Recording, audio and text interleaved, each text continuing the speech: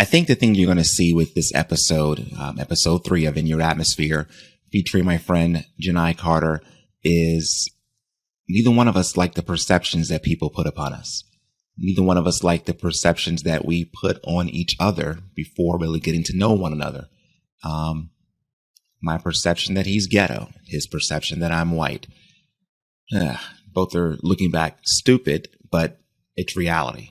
And I think sometimes you need to go back and look at or evaluate how you used to think.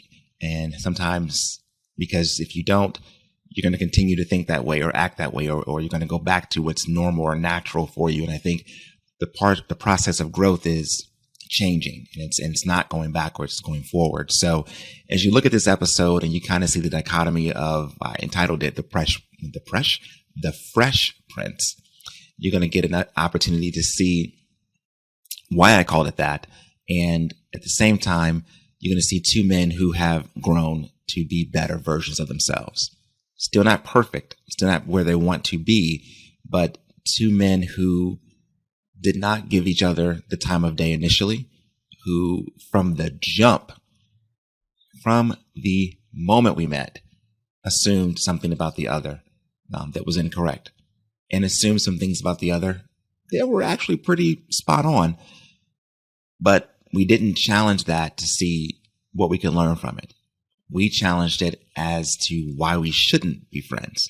That's how we went about it initially. So again, episode 3 of In Your Atmosphere features, again, my good friend Janai Carter. And I hope what you can pull from this is who you meet and what you think of someone on the moment you meet them. It's on you really to give that relationship a chance, to see what that person can teach you to make you better. And is there something you have to offer them before you take your friendship away from them without ever giving it the opportunity to blossom? Again, enjoy episode 3 of In Your Atmosphere. Each of us has a figurative atmosphere. Those individuals we choose to spend our time with. But we need to ask ourselves, are those people willing to celebrate with us on our best day and stand with us on our worst day? Have they provided you with life lessons that can serve as a protection for you? My atmosphere is full of those whom I choose to surround myself with because they make me a better person. My name is Donovan Woods, and the purpose of this podcast is to shine light on some of their stories. I've personally either overcome challenges or I'm continuing to endure based on what I've learned from each and every one of them. Welcome to In Your Atmosphere.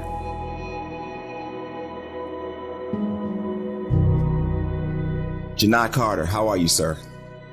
I'm doing fine, Donnie. How you doing today? I'm good, man. I know you just got over an illness, and I appreciate you making time for me regardless. Means a lot, especially from you. Yeah. So I'm going to ask you a question, and I've asked everyone this question, but I want to know what you think. And then I want to go right into something. I'm going to kind of give you a heads up because you don't know what's coming. The whole discussion we're going to have is going to be on the Will Smith and Carlton Banks, like dichotomy, if you want to call it that. Okay. So I'm going to come back to that. But first, why do you think I asked for you to be on this platform, on my In Your Atmosphere podcast? I think it's because we've got to spend time together in Virginia. So you got the opportunity to meet me and we got to rub shoulders. But then eventually we come to appreciate each other, and you reached out and said, "Hey, Janai, I would like for you to be on this program." The honesty has never left you. Okay, fair enough. No. The reason, my brother, is we did not get off to a good start. And that's when I'm going to go into that Will Smith and Carlton Banks discussion. But throughout all of it, you've been consistent. You've been consistent in terms of your honesty And that's first and foremost. You've always been consistent. You've never lied. You've never spread rumors. You told me to my face whether what you did like about me, what you didn't like about me. If we were joking, either one of us were like laughing, ha ha, but really meant it. It didn't matter. I knew where you stood. That's number one. You were always honest. Number two, I like growth. If you're not growing, I struggle to keep you in my atmosphere, in my inner circle, period. And you grow. You're not the same person I met a decade plus ago. That's important to me. A decade plus already? Yeah, we getting old, bro. I'll be 45 in a couple weeks. So yeah. Woo! Oh, me too. Yeah. Me too. It's almost over. You should probably go ahead and get that colonoscopy check. Go check that out. Let me know how it goes. I had that experience before. Oh, I'm so dreading that. Okay. We'll have to talk about that one off the podcast. Oh, goodness. Please. I want to keep my manhood. I'm so nervous. So I guess when I go back to the Will Smith and Carlton Banks, if I was to say that's you and me, which one? Well, I couldn't even get it out. Why would you say you're Will Smith? Oh, that's okay. I get where you're going at. You fell into the trap. It's too late. You already committed. I'm like Philly, but I'm from Baltimore, and I'm coming from, the city into this fancy arena. You're Carlton, the uppity, black boy.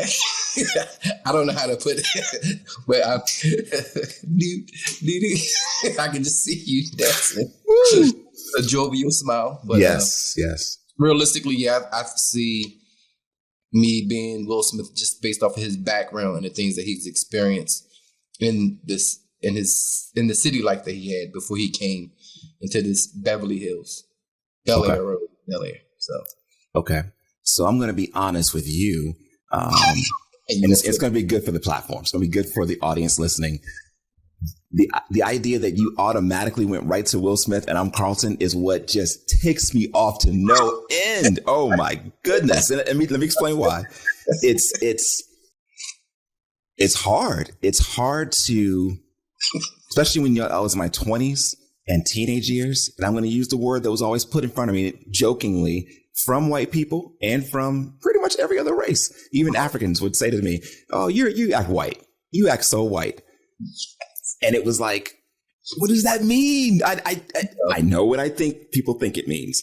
But so I'm going to ask from your point of view, if you were me, why would that bother you? If I was Carlton? Mm-hmm. Well, he was short. Besides the physical. I know, I was joking. If I was Carlton? I would say that he seems to never fit in. He always, even when he was with, the white crowd, he still stuck out, as different, So I feel like if that was me, I would feel as though that I'm always just like in a spotlight, even though I may not want it. I want to be me. And I want to be accepted for who I am. But people are not necessarily going to accept that just because of the dynamics of what we're dealing with. As far as,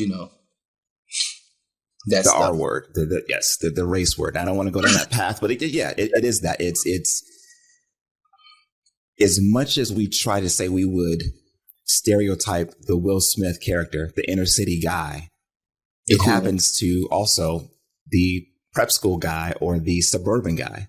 It also happens to the white mom. It happens to the white man. It happens to the deaf woman, deaf man. Everyone gets boxed in to what we think they should be so that we're comfortable, right? Yeah. And I think that's probably what bothered me, because I couldn't say no to people because, there are some elements that I do like, things that are quote unquote that have been defined as white, whether it's John Mayer, Coldplay, or there are like some things that are defined as black, whether it's New Edition, Kanye West, or Jay-Z. So it's always the struggle within. But now I'm going to flip it back on you again. With that as a setup, without getting too specific, what was your biggest frustration, not about anything in particular about Virginia, but just the atmosphere of Northern Virginia coming from Baltimore?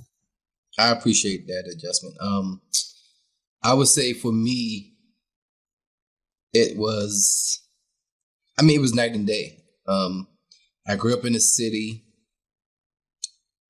You know, you're hearing gunshots, hearing a whole lot of noise. There's a whole lot of activity going on at night. I actually got the opportunity to move outside of the city into the county of Baltimore. And it was just quiet, but you still had personality, you still had character. Everybody was kind of like themselves. And then coming from Baltimore into Virginia, it was like everybody's like, if you're not fitting in this circle of mine, I don't care. Yep. I could care less. Like if you're not, I'm not gonna say praise me, but if you're not, you know, I feel like for me, it felt like I had to praise you to be involved in this circle, and I'm not too fond of. I get that. So. I get that. Let me change that up on you a little bit for perspective, as well as to see it a different way. Mm-hmm.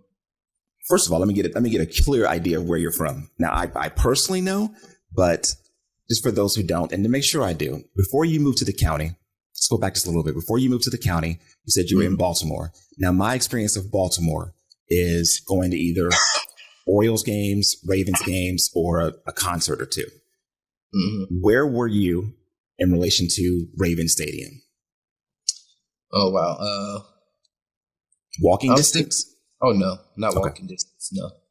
I would say at least Baltimore have a tendency of saying that everything is 20 minutes away, 25 minutes away. So I'm going to stay true to Baltimore and say about 20, 25 minutes away. Okay. All right. But I don't know if you're familiar with, what's a good, Montgomery Mall? Have you heard of that? I have not. Okay. Pimlico Racetrack. Yes. Okay. So I was in that area, Cold Spring, Park Heights. So for somebody like me, I remember leaving a concert. I won't say which concert. I was younger. Let's put it that way. I left a concert and I was so thirsty from screaming, right? And it was a 7-Eleven that's near the stadium. And I was driving with my cousin and she's thirsty. And I'm like, let's get something from 7-Eleven. She's not saying anything. I'm like, come on. We pull up. I'm like, come on. She doesn't do anything. I open the door. I get up. And I immediately get back in the car and I'm like, you didn't even get out. She's like, did you see those people? I'm like, yeah, no. So there is, if you're not from a city, this isn't just Baltimore. This is any city coming from suburban America. It can be a little jolting when you see certain things that aren't usually in your Fairfax or your, suburban area. So now coming back, I painted the picture where you're from. You move back to the county. Now you come to Virginia. You didn't just come to Virginia. Like if you come to my old hometown, Hampton Roads, I don't think there's as much as a cultural shock. This may be country, but it's not the culture shock. People correcting you as to how you sound or your accent, blah, blah, blah. But you came to Northern Virginia, which is like its own state. Yes. I can imagine how hard that would be. So on behalf of the Northern Virginians that you met at that time, my apologies. That said, please be sure, from our point of view, we were not offending you. You are from Baltimore. You carried it just like New Yorkers carry New York. And we felt like you can't hurt Janai. He don't have no feelings. He's from the city. He's heard gunshots. What's going, how can you hurt him? So answer me this. Can someone from the inner city have feelings? That's a dumb question. Based off of just, we're all human. So no, we all have feelings. We all go through hardships. We all go through challenges. And a lot of times I think people don't understand the dynamics of being in the city where you're kind of in a war zone quite often. So somebody may read a book or a story about something and be like, oh, that is a nice story. I understand. I can appreciate that. But then we can read the story and be like, wow, this has a great impact on how I live. So certain words and the structure of a word can really just impact us more. And we hold on that to help us to survive and to have a good attitude about it. So a lot of times our perspective when it comes down to people that are well off who that didn't have to go through the struggle sometimes. And for me personally, I do it where I'm like, well, that sentence or that story doesn't really mean nothing to you. It doesn't really have an impact on you like how it has to somebody who's been in the war zone. Right. So it just affects differently at times, not always. Sometimes people surprise us. And I heard an artist, I'll put it that way, mention something in an interview where he said, and he's from New York, and he said, sometimes you see the hardest looking guy in the inner city. And the reason why they always have this hard face, this hard shell, is because they actually have more feelings than you and I. They carry a weight, a burden of things they've seen that we could never understand. You can't get it out of a song. You can't get it out of a book. You would have to have lived it. And you definitely had an experience in life that's totally different than mine. Now, when you get to Virginia and you do have that pushback in terms of, hey, why do you sound like that? Why do you talk like that? I know it's not the same in comparing problems, but would you say as you were continuing on, because you've matured, you're not going to respond the same way you did when you were younger, but what you faced coming here, would you say it was not as difficult, but its own struggle that you didn't see coming? Oh, yeah. Yeah, it was a challenge. I don't like to say hard. I like to say challenge. Challenge, I feel like, is the possibility to succeed. When you say hard, it kind of sets your mind to give up. But yeah, I would say, oh yeah, it was it was a challenge. I just had my thought process was limited as far as how far I traveled. So it was Baltimore City, and I think all of us do this, no matter what culture we come from. If we're have a nice lifestyle, if we don't, we draw our own personal conclusions based off of where we're at. And our environment makes us who we are, so we believe that everybody else is like we are. So I'm coming into Northern Virginia, and I'm like, hey, these are cool people, not thinking nothing of it, thinking like I'm just walking out of the street, talking to my neighbors, we talk to each other. And then you go there and it's like, people like, what's wrong with you? And it's not necessarily the responses, is the facial expression. Yes. And so for me, like you catch on to that a lot, and you know that people are good at masking how they really feel, and their actions support that. That their actions supports what they're not showing you, but what they're saying to you don't match their actions. If that makes sense. It does in the sense that if I can, I'll re-say it. Yeah, break it down in more. In eloquent. There we go. Eloquent terms. This is our. At people, just to let you know, I struggle with my words. Let's put that out there. I'm nervous, so I'm trying to articulate them properly. Just for the audience, like me and Janai don't talk all the time. He still lives in Maryland now. I'm still in Virginia, and we can pick up the phone and pick up where we were. But in a situation like this, where there's cameras, this is being recorded. I'm nervous. I totally get why in this situation, this scenario, and I don't really mean the word power, but I would have the upper hand, right? This is what I do for work. This is what I'm used to. This is the culture I grew up in. So totally get that. So let me ask you this. Let me beg you with this. Relax, bro. It's just you and me. Oh, I'm good. It's just you and me. And I want people to see that side of you, because I can't imagine coming here with your background. When I say background, I mean just where you're from, somewhere different. Yeah. Because when I came here from the Hampton Roads area in 1988, 87, 88, the winter of 87, I was 11 years old, and it was a culture shock going from schools that were all Black to I was the only Black student in fifth grade in my school in Springfield. And I went from being a straight A student to like a C+B student, because they were and they were studying things I hadn't even gotten to.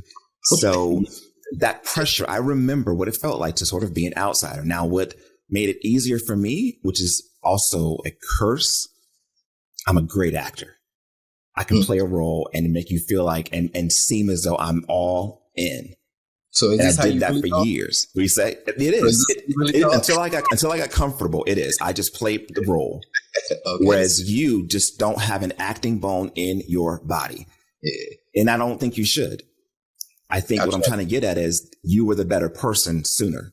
Now I was a child. But my point is you tried to stay yourself.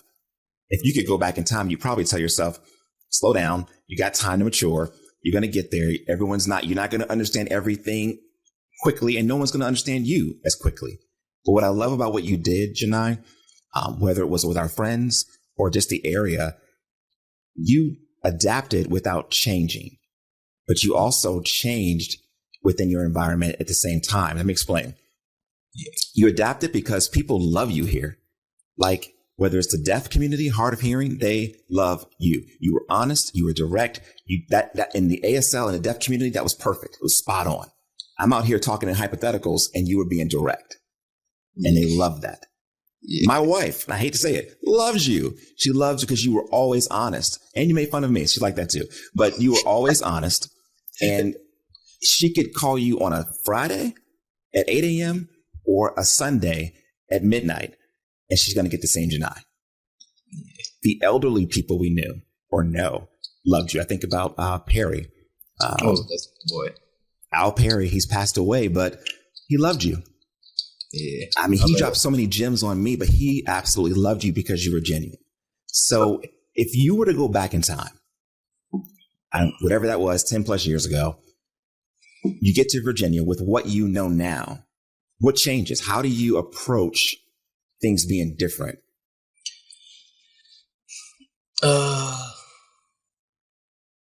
I would say, if anything, is just more so my delivery. I felt like my delivery was never really that great. Because, again, of being in the background that I was in, as far as how we communicated. We had a very simple style of communication, and we create our own language, you know. So I think my delivery is, because I remember just coming into the area, and I personally started judging the area because it was a shock to me. Mm-hmm. And I don't think I necessarily gave it a chance until later on. So I kind of blame myself for just that aspect. So I most definitely would tell myself, like, observe a little bit more. And keep talking the way that you're talking. It's like, no. I would say just try to express yourself with less words. All right, because I would have been there. Yeah. If you remember, I'm going to set this up. If you remember, we met, you may not remember. I remember meeting you at a little house party in Springfield. Yeah. It was for me and my wife, I think it was. No, you weren't even married. You hadn't even met her yet. I'm talking about, for real? And you met me? I met you before you met her. Yes. No. Yes, I did. So you come through. You come through, and I remember you. Here's why I know. Here's the story. Here's the story. You did know her. You weren't officially dating. So when I came through, and I won't tell you who, we'll talk about that off camera. I know who. I think I know who you're talking about. Someone was like, yeah, that's the brother that's interested in who became your wife, the woman who became your wife. I'm going to name drop here. Yeah. And I said, which is my default, immediately was, And that's what I would hope to change about me. I knew nothing about you. You had on, I can remember, you had on a pair of jeans and a dress shirt pulled out. That's it. That's probably what I had on too. So you had that on, and you were just talking to everyone. And then I don't remember if it was karaoke or something we were doing in front of a computer. I knew you and I were not going to be friends immediately because we were kind of a lot alike. You would say something and you were very confident in it, and I would say something and I was very confident in it. And we kind of, in front of a crowd of people, just laughed like, yeah. But on the inside, it was like, if I was outside, no sir. So, and I would have lost, obviously, but still. No, I'm very gentle for real. But I'm very gentle. So okay, Will Smith. These hands would be delicate. No, I think you had me doing this a little early. You had me doing the Carlton, so I gotta lose. But the point is, that's on me too. Mm-hmm. And that's on anyone who doesn't give someone a chance. Exactly. And to understand where they're from, the why. Why do you respond this way?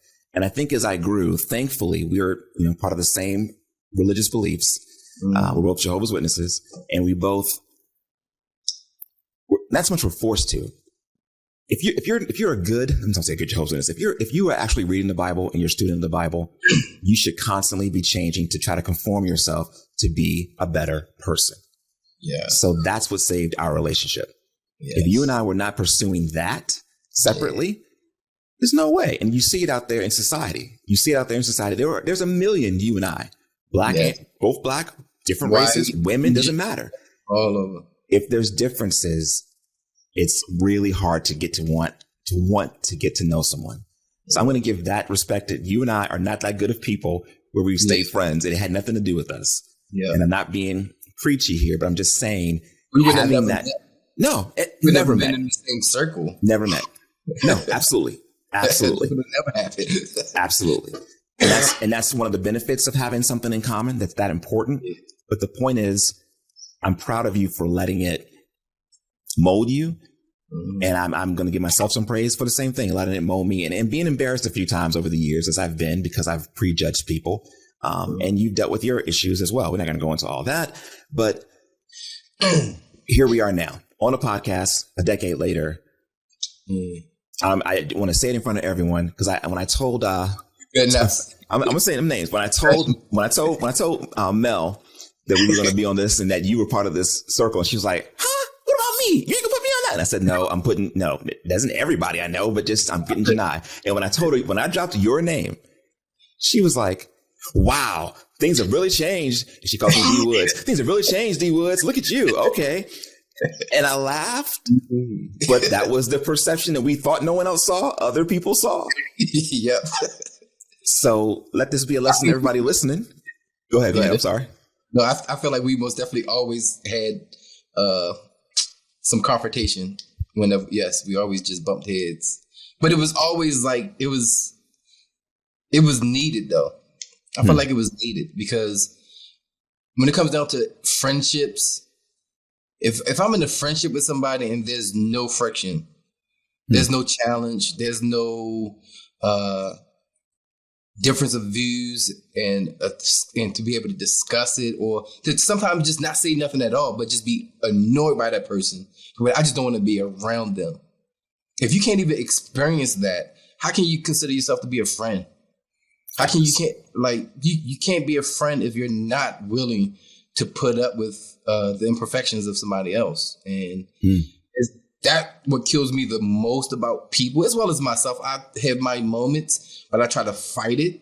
I think that's why you say that I'm consistent, because I try to fight it. It's just that we spend so much time on expecting others to do for us, and we don't really do for others. And it's just changing our mindset of how we approach people and giving people the benefit of the doubt. If I'm not if I'm in Virginia, it's like, okay, if I'm not dressed nice, got a nice car, got a business card, things of that such like that, I'm not going to be accepted unless I'm at a bar or at the golf course. There you go. Or at the golf course. Certain settings will allow it, but just to do normal interactions with people, it's okay for us to judge. I feel like we should judge to know and not judge to just draw a line. Like I feel like a lot of times we judge, what we see, we start drawing that line right out the back. So, I'm gonna wrap this up because I know you were not feeling well. You did me a favor by doing this interview. I want to bring this up again, and when I bring it again, but I want to kind of tie it together like this. It wasn't about us. Yeah. It was we represented something, but it wasn't about us because of the fact that we sought the same things spiritually. But also, here's the other thing that I didn't even bring up. I talk about this being in your atmosphere, the people we keep around us, the people that keep it real with us, the people that protect us, help us grow. Again, you don't all have to be best friends, but are those people making you better? What was crazy was, for the most part, especially in the sign language community, we had the same friends.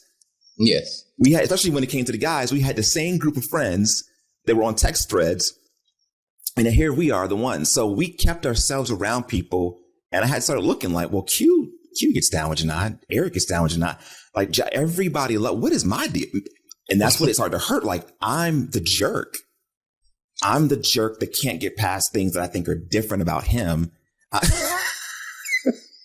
On the audio version of this podcast, I like to point out that after this great discussion, this man is still shaking his head like, preach, talk. Yes, sir. Well, buddy. It's all good. It's all good. This is the show, buddy. I love it. But no, man, I appreciate you as well as your wife. I appreciate both of you guys, and I'm proud of where you are now. I know everything ain't perfect, but I've seen you worse, if that makes sense. And I've seen you get here. So wherever you are here, I feel like in 10 years, just based off of what I know of you, it'll be even better. So and can I add one thing? If you have to. Just adding on to what I was just saying about people, if I had to have a suit on and a tie, but it also goes for people in the inner city as well. You know, people in the city can look at people with a suit and a tie on, and we just label them as well, and we draw the line with them as well. So how did you label them, brother? How did you label them? Well, you know, the way that you labeled us. Well played. But I really appreciate how you did this because you most definitely are good at. You know, you said that this is your territory and you're doing a great job, and you did a good job drawing me out, and I appreciate it. I can't be a good host if I don't have good content, and the good content comes from my guests. So, you guys something to say? I wore. You see, in no other, which you will notice when you finally see this series, in no other episode is my hat backwards. Exactly. I wanted to meet you, and I even have a hip hop album in the background. Now it's this one that Kanye's singing on, but it's still a hip hop album, and I did it for you, brother. I know. I was like, oh, he put a hat on for me. Oh man, that changed everything. People. I feel so much better now. Okay, it's back to being forward. Okay.